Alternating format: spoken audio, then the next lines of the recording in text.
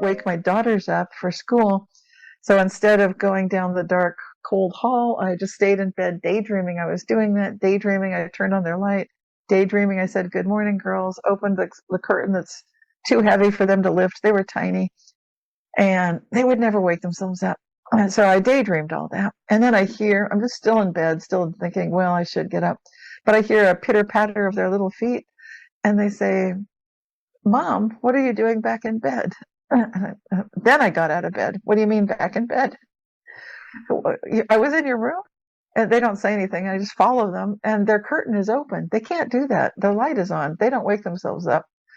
I daydreamed it. They saw me. And Oh, so, okay. yeah.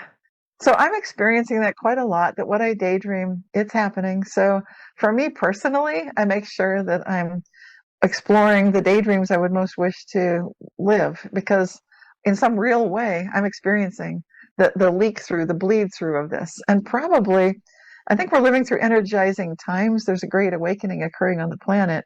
There's a lot more energy on the planet, and that Yeah. makes it more possible for all of us to experience these things that only the great masters would have experienced in the past. But now it's accessible to all of us. So true, so true. So grateful to be here at this time. Yeah. It's exciting. Yeah. So when you talk about the bleed through, and is it the same as the glitches in the matrix and the deja vu experiences? Are they the same that you talked about, or are they different? Yeah, in the movie The Matrix, there's a scene where Neo is noticing a cat walking past a doorway, and then he sees the cat walk past again. And in that movie, that was an indication that there had been like an adjustment, like that someone like the Matrix, those guys that are running around, the robot guys, the AI guys, that they've done something and something has changed. So that's an indicator of something outside oneself having changed. And I know a lot of people looking at the Mandela effect are looking for that kind of thing. In fact, that's some of the theories of what's behind the Mandela effect. Maybe they are doing something. The scientists have messed with CERN. They've done something with the Large Hadron Collider, and they've opened a portal, which is now creating terrible things. And we can see a glitch in the matrix, and we know for sure they caused it. Maybe. I mean, is it possible that they can do that with this kind of an energetic device? It's possible. But again, the whole reason I'm here, everything, every fiber of my being is completely committed to assisting humanity and standing up to and overcoming, no matter, I don't care how big the threat may be of any kind of device, artificial intelligence, robot, mechanical, nightmare of any sort, creating some glitch in the matrix. I mean, I wouldn't have the life I have right now if it wasn't for the fact that we can do this. So I know that we're here to do this.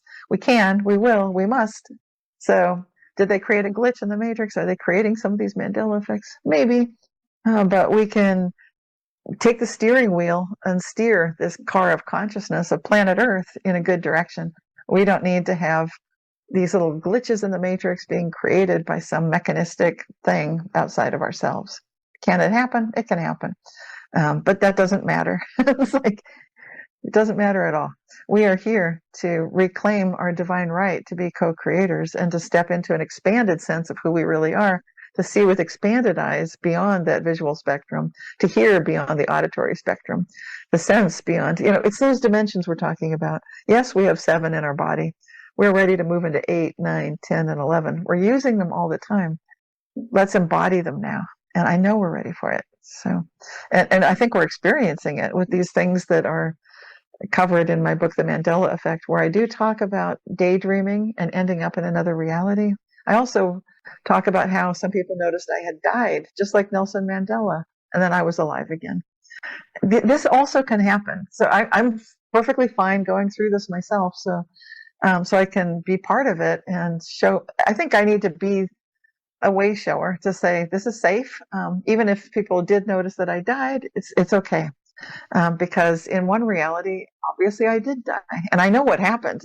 When a gentleman contacted me, Steve Boucher, Boucher, he's passed on now, but he was alive, and he did contact me with an email and said, "This is going to sound very strange, Cynthia, but I'm glad you're alive, because I heard news that you had died."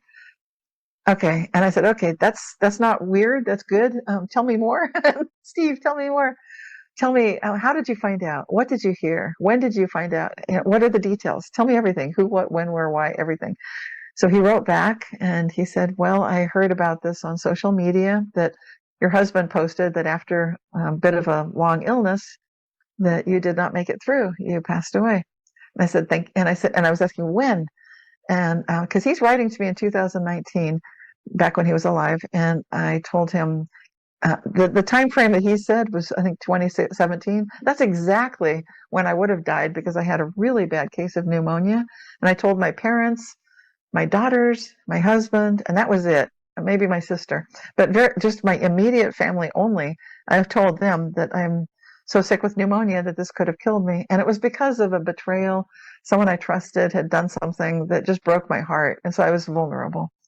But then in this life that I'm alive in, I realized I'm vulnerable, but I realized I have a responsibility. My life is more than my own, and I can't just let somebody's betrayal kill me.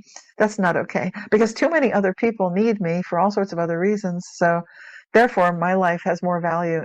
I mean, sure, I might have died, and then maybe he could have learned something karmically, but I need to be bigger than that. And I know it sounds kind of weird, but I went through all that in this life, in my body right now in this life. And so I was right next to death, and then I chose, no matter how hard it is to deal with the court, the lawyers, the money, all this weird stuff. And like, I didn't want to deal with it. Like, yeah, I'll deal with all that because all these other people are counting on me. It's worth it for that. I'll do it for them, for everybody. And so I just rose up from the ashes, like, okay, I don't care. Even if I was betrayed, I'm here. Let's, and I'm not going to judge or hold bad feelings about anybody. I don't. I know that's a karmic thing, so it's not. I can let go. I have no part in that. I'm not carrying that.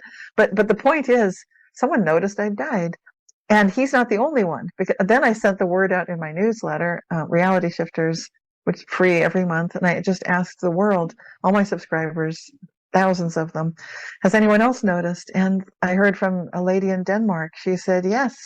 I saw that Rupert Sheldrake had talked about, he had been interviewed by you and then you had passed away. And I was so surprised that he mentioned you. And I said, wow. But, and I did interview Rupert Sheldrake, but of course, in this reality, there's no sign or evidence that he ever did that. Other people noticed other things. And so I share that in my book about the Mandela effect as well. I consider this important scientifically because it shows this is how reality is operating. It's much stranger and more wonderful and magical than most of us realize. I can so resonate with you because when you talked about rising from the ashes, and exactly what I have done. In fact, I have a poem which kind of flowed through me about Phoenix rising through the ashes. So I'll share that with you. But I can so resonate.